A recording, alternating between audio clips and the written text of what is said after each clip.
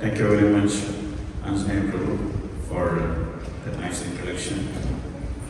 So today our topic is that we are going to see the glories of Mayapur. So before getting into the glories of Mayapur, we'll chant some prayers, and then after chanting the invocation prayers, I'm going to teach you a very, very secret mantra. Once you learn this mantra, then you will be ready to hear the glories of Mayapur. You want to learn the mantra? Okay. So first we do invocation, then we go to the mantra. Okay. Om Jnana-Timirandasya Jnananjana Shalakaya Chakshurunmilitam Yena Tasmai Shri Gurave Namaha Sri Chaitanya Manobhishtam Sthapitam Yena Bhutale Swayam Rupa Kadamahyam Dadati Swakadantikam Vandeyam Shri Gurun Sri Yuta Padakamalam Shri Gurun Vaishnavamscha Shri Rupam Savajatam Sahagana Raghunatam Vitam Tam Sajivam Sadvaitam Savadutam Parijana Sahitam Krishna Chaitanya Devam Shri Radha Krishna Padam Sahagana Lalita Shri Vishakamitamscha He Krishna Karuna Sindho Deenabandho Jagatpate Gopesha Gopika Kanta Radha Kanta Namostute Tatta Kanchana Gaurangi Radhe Vrindavaneshwari Vrishabhanusute Devi Pranamami Haripriye Vanchakalpatarubhyascha Kripa Sindhubhyev Cha Patitanam Pavanebhyo Vaishnavebhyo Namo Namaha Namo Vishnupadaya Krishna Krishnaya Bhutale Srimate Bhakti Vedanta Swami Namine Namaste Saraswate Deve Gauravani Pracharine Nirvishesha Shunnavadi Paschatya Deshakarine Jaya Shri Krishna Chaitanya Prabhu Nityananda Shri Advaita Gadadhara Shiva Sadigaura Bhakta Vrinda. Answer. Hare Krishna, Krishna Krishna, Hare Hare, Hare Rama, Rama Rama, Hare Hare. Om Kuroti Vachalam, Pandram Gayatri Vidhvakam, Desi Kunjitaram, Paramanandam Chaitanya Mishra. The conscious Nate, Svindushkaram, Suprabhave, is the day we himself, Sri Chaitanya Namaha.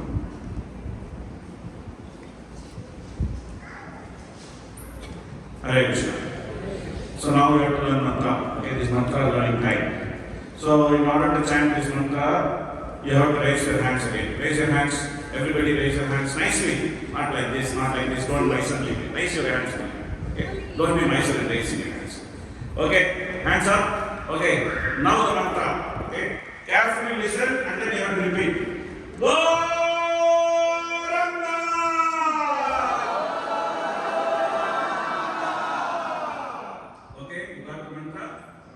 Now repeat again, okay? With full throat, with full heart. Don't be shy, okay? Repeat the mantra.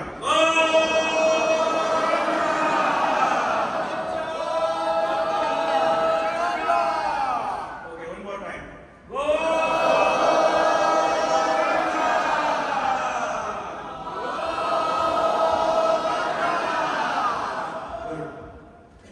So, how do you feel now? Happy? So whenever you get into trouble in your life, what you have to do? Go! You have to, not like this. You have to raise both your hands and then say what? Go!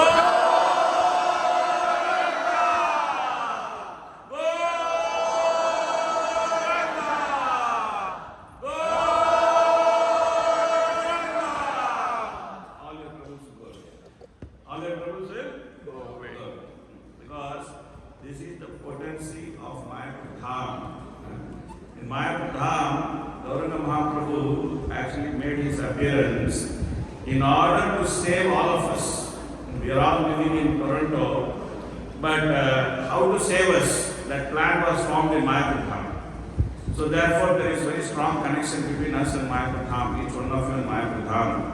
Because the Lord appeared and Radha and Krishna, they combined together and they appeared as Gauranga Mahaprabhu in Mayapur Dham. And this Mayapur Dham is a very, very important place, but at the same time it is very much hidden place. Very much hidden place. Why it is hidden place, you know? Why you know? Because actually this place is exclusively meant for Krishna and Radharani. This place is exclusively meant for whom? Krishna and Radharani. Radharani doesn't want anybody to know this place. Okay? So therefore she made this place and then she made it very secret. Very secret. That is why Mayapur is called as Gupta Vrindavan. What is called as? Gupta Vrindavan. Because it was kept very secret. But somehow or other, when Krishna appeared as Mahaprabhu in Radharani's mood, he was in the mood of giving everything away. He was in the mood of giving. He wanted to give everything. He wanted to give everything, anybody, anything. And he was thinking, I should give the most highest benefit to the most unqualified. What is that? Most highest benefit to whom? Most unqualified. Most unqualified people. So most unqualified people are in Kali Yuga. So he decided to appear in Kali Yuga. Okay, let me give the most highest benefit. The first highest benefit he gave was he opened Mayapur Dham for all of us. So that we can actually understand, we can visit, we can go, we can hear about the glories of Mayapur Dham. So why should we hear about the glories of Mayapur Dham? In Shastra it is said, simply by hearing about the glories of Mayapur Dham, all our sins will vanish. What will happen? For that what you have to do? Hear the glories. Just simply listen to the glories of Mayapur Dham. Not only our sins will vanish, but also we will get devotion for Radha and Krishna. Double benefit. What is the first benefit? All the Sins will vanish. Second benefit? You get devotion for Radha and Krishna. This you don't have to visit. You have to simply hear. Now you think, if you visit Mayapur Dham, what all benefit you can get? In Chandogya Upanishad, it is mentioned that Mayapur Dham is a completely spiritual city. It is a completely spiritual city. It is called Mayapur. Why it is called Mayapur, you know? Because it is protected by Prabhupada Maya. She is Durga. It is protected by Vrinda Shiva and Prabhupada Maya. So, Vrinda Shiva and Prabhupada Maya, they don't want to let anybody into this dham because Radharani and Krishna are residing in the dham secretly. So, therefore, it is called as Mayapur because it is protected by Prabhupada Maya. But somehow when Mahaprabhu appeared, he told Prabhupada Maya, don't worry, leave everybody inside. Whoever wants to come, leave everybody inside. So therefore, we are able to so easily go to Mayapur Dham. We are able to hear about Mayapur Dham. We are able to go and experience Mayapur Dham by the mercy of Prabhupada Maya and Vrinda Shiva. And in Shruti Shastra, it is mentioned that Mayapur Dham is not different from Vaikuntha. Mayapur Dham is not different from where? Vaikuntha. But then Rupa Goswami is saying, no, we don't agree with this. We don't agree with this. Why? He is saying it is not different from Vaikuntha, it is not different from Goloka Vrindavana. So, whatever is Goloka Vrindavana, whatever we can experience in Goloka Vrindavana, the same thing we can experience by visiting Mayapur. So, this is the glory of Mayapur. And Mayapur Dham, if we go there, and if we visit there, if we simply walk in Mayapur Dham, you can get benefit of performing millions of Aswamedha Yajna for every step. Not you have to walk some long kilometer. You take one step, you get the benefit of performing millions of Aswamedha Yajna. So therefore, when you go to Mayapur, what you should do? You should walk. You should not think, oh, let me go in auto, let me go in rickshaw. Because you are losing out on the benefit of getting millions of Aswamedha. Whatever you eat in Mayapur Dham is considered remnants of Radha and Krishna. Whatever you eat in Mayapur Dham is considered as remnants of Radha and Krishna. So, the most important thing when you come to Mayapur is that you should eat nicely. You should eat nicely. Your variety of prasadam is available in Mayapur. You have nice pizza, nice pasta, nice cakes, khichdi, Indian, Italian, Thai, everything prasadam. Everything is what? Prasadam. So when you come to Mayapur, what you should do? Eat very nicely. Because our movement is based on 3 activities. What is the 3 activities? You know? What is that? Eating, singing and dancing. Our movement is based on what are the 3 activities? Eating, singing and dancing. Who likes to eat? Raise your hand. Who likes to sing? Who likes to dance? Then ISKCON is the place. You want to eat, you want to sing, you want to dance, you are in the right place. Because if you read the entire Chaitanya Charitamrita, Mahaprabhu, the associates, they are simply eating, or they are singing, they are dancing. The whole of Chaitanya Charitamrita, they are doing this. So Mayapur is a place of eating, singing and dancing. So when you eat, sing and dance, you become tired, right? You become tired. Then you have to sleep, correct? You have to sleep. If you sleep in all other places, it's just no use. It's just no use. But if you actually sleep in Mayapur Dham, you may sleep for 2 hours, 3 hours, 5 hours, 10 hours, whatever time you sleep in Mayapur Dham, it is considered like paying obeisance to the deity. It is considered like paying obeisance to the deity. So you can nicely sleep. Sleeping is also devotional service in Mayapur. If you sleep also, it is devotional service in Mayapur. You do not get this kind of benefit anywhere else. And also it is said in the Shastra, if you visit Mayapur Dham once, you will get the benefit of visiting all the holy places in all the 14 planetary system. You will get the benefit of visiting all the holy places. In the 14 planets you cannot go. You can only go here, there, little bit. But you can get the benefit of visiting all the holy places in all the 14 planetary system by visiting Mayapur once. And if you take bath in Ganga there, then Mayapur Ganga is called as Gaura Ganga. What is called as? Gaura Ganga. Mayapur Ganga is called as Gaura Ganga. If you actually take bath in Gaura Ganga, you can immediately get Gaura Prem. What Prem you can get? Gaura Prem. So there, Ganga, which is flowing in Mayapur, she is considered as liquid form of love of Godhead. She is considered what? Liquid form of love of Godhead. So when you go to Mayapur, when you take a dip in Ganga, you are actually dipping into the liquid form of love of Godhead. So this is the glory of taking bath in Ganga in Mayapur. And in Shastra it is said that one can get the benefit of living one kalpa. You know what is one kalpa? One kalpa is millions of years. Millions of years. If whatever benefit one can get by living for one kalpa in Kasi, that benefit he can get by living for one night in Mayapur. That benefit he can get by living in one night in Mayapur. Okay. So we have seen the benefit of visiting Mayapur. We have seen the benefit of thinking about Mayapur. We have seen the benefit of hearing Mayapur. Now we should also see some more benefits. We also saw the benefit of sleeping in Mayapur. Sleeping in Mayapur is also devotional service. Okay. Now some more benefits. What are the benefits of living in Mayapur?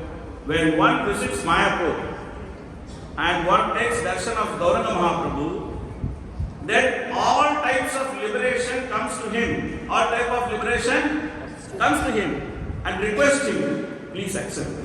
Please accept me. All type of liberation is coming and asking him what? You please accept me.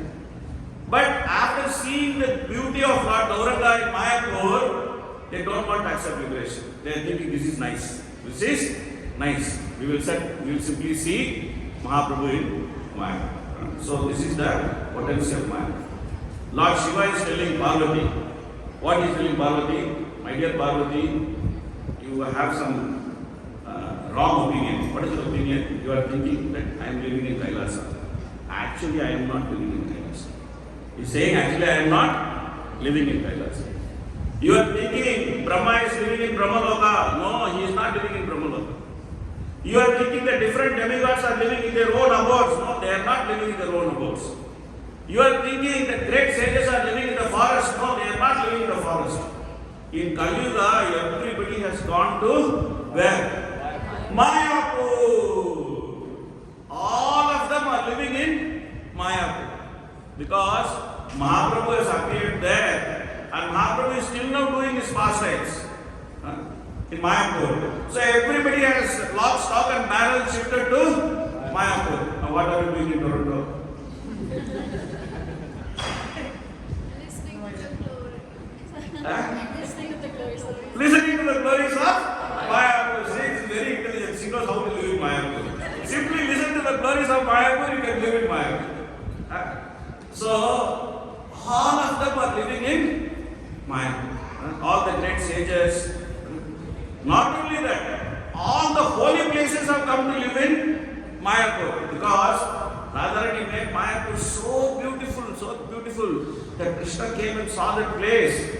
And then he said, Radharani, I will never leave this place. I will never leave this place. So then he said that because I am not going to leave this place, all the holy places, wherever I did pastime, they are all going to come and reside here. So therefore, in Mayapur, all the holy places are residing in Mayapur.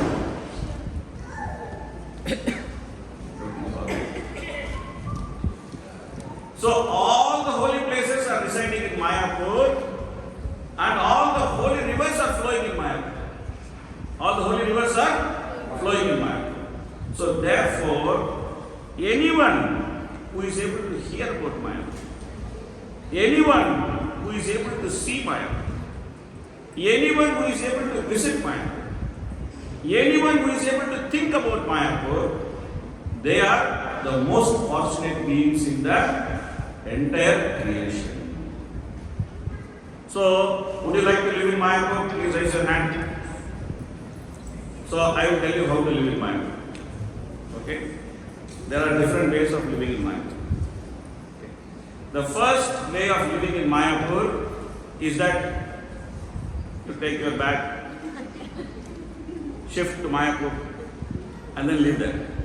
Okay, this is one way of living in Mayapur. But this may not be possible for everyone. We have to be very practical. We cannot be impractical. This may not be possible for everyone. So there is second way of living in Mayapur. You want to know what is second way of living in Mayapur? You should make a decision that I will come to Mayapur regularly. I will come to Mayapur regularly. So by regularly visiting Mayapur, it could be every 1 year, it could be every 6 months, it could be every 3 months, it could be every 2 years, every 3 years, whatever it is. But you should make a decision that I will regularly go to Mayapur.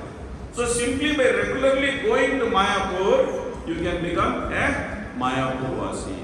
Who is saying this? Bhaktivinoda Thakur is saying this. I am not saying this. You don't have to believe me. Bhaktivinoda Thakur is saying this. That by regularly visiting Mayapur, then Mahaprabhu will say, oh, this fellow is coming regularly giving attendance, so I should consider him as Mayapur.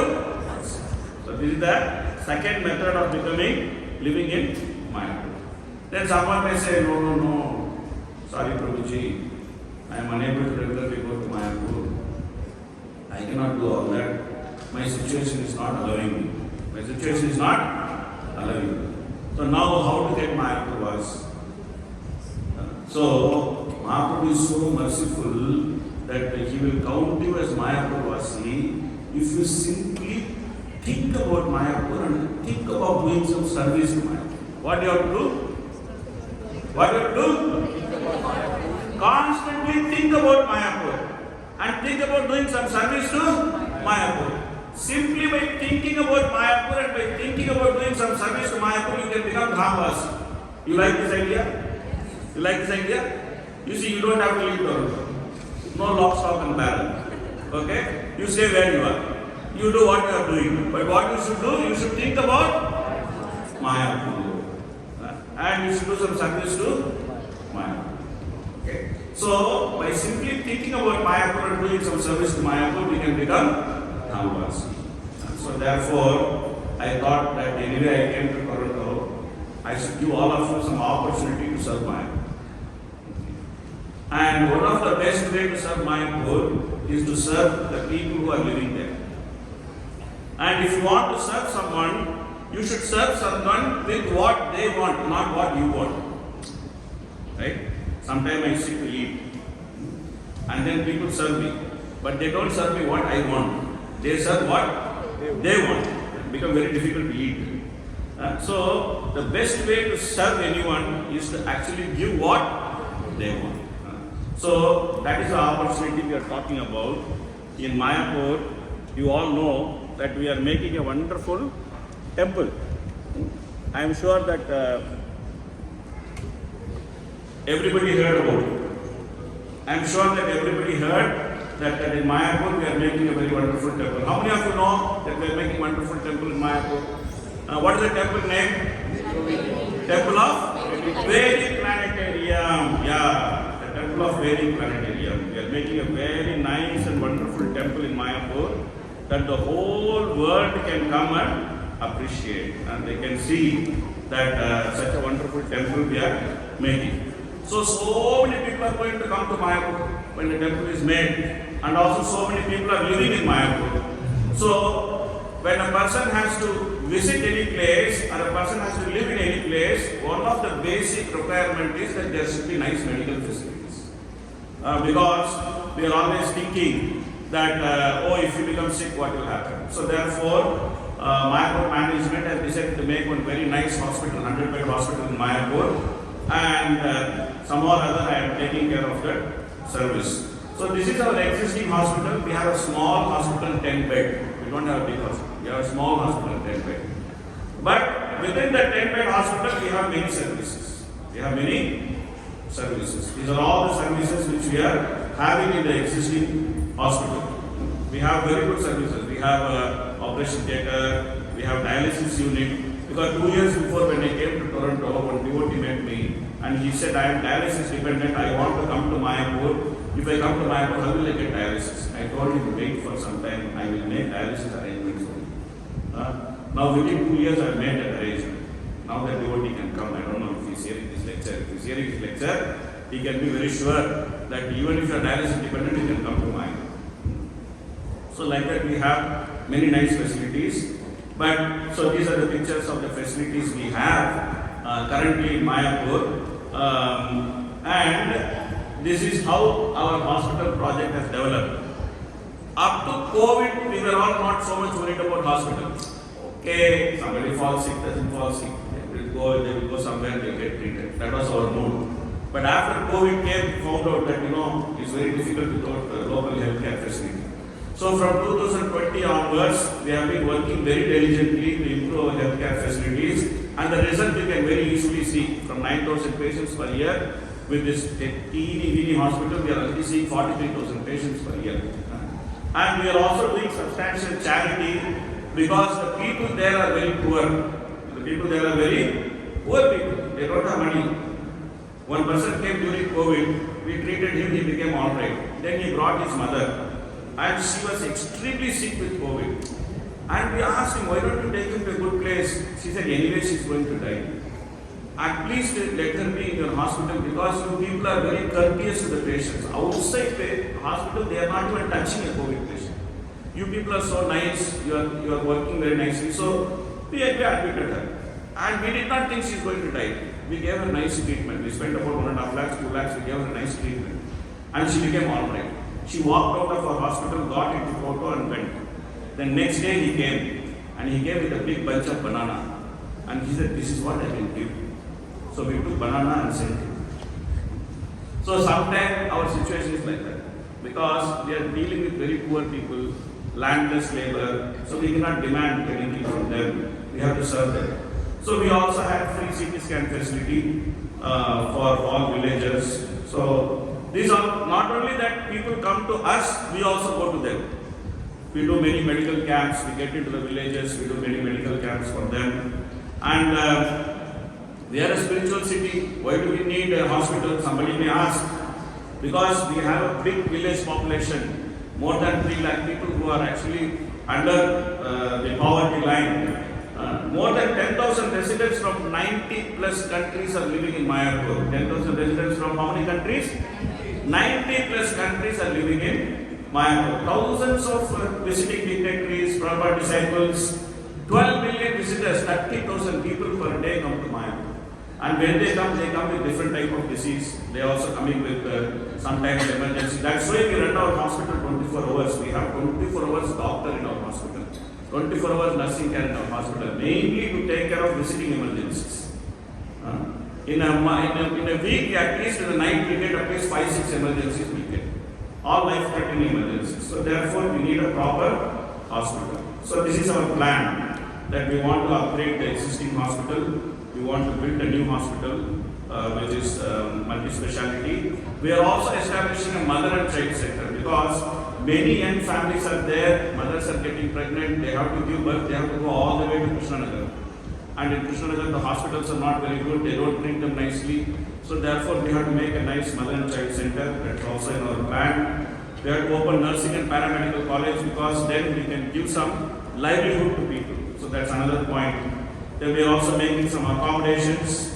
Then we are establishing this another important service, palliative care, because many people who are terminally ill, they come to Mayapur to leave their body. So take care of them, we need this palliative care facility. All these different facilities we are planning to make one by one. So this is how the 100-bed hospital is going to look when it is finished. And this is the status of the building. In India, we have collected about $2.2 million till now, and we have spent. We have upgraded the existing hospital, we have made new hospital. Many Indian temples are helping us. Delhi temple is helping us, Kolkata temple is helping us, Bangalore temple is helping us. Many Indian temples are helping us. I was thinking, why only give the opportunity for the Indian people who are living in India? Let me give opportunity for the whole world. Let them serve Mayapur, let them get benefited. So then I came out. So these are going to be the different facilities in the multi-speciality hospital. We will have nice ICU for children, for adults, nice operation theatre facilities, general ward, so much of diagnostics, everything. So it will be a full-fledged hospital. These are the floor plans, very high quality hospital, nicely designed. And this is our team, which is going to oversee the fundraising of hospital in North America. His Holiness Bhaktimata Swami Maharaj has been very much into this project. Every time he comes, he visits the project. And he is very keen that the project should be established. So funds will be collected by ISKCON Toronto. You will be getting some brochure. In the brochure there will be a QR code. If you scan the QR code, it will take you to ISKCON Toronto donation page. So you will be donating funds in Toronto, in Canada itself. So you can get tax benefit also. You can get spiritual benefit, you can get tax benefit. You can get both by donating. So then if someone makes a big donation, then they will get their name here. In the entrance of the hospital, we will put your name. That you have made some very big donation for this hospital, you are an anchor donor, like that. Okay. So this is the little presentation. I also want to show you one video. And in the meantime, these brochures are getting distributed. You can actually see the brochures, you can see. And whatever you can produce, there is no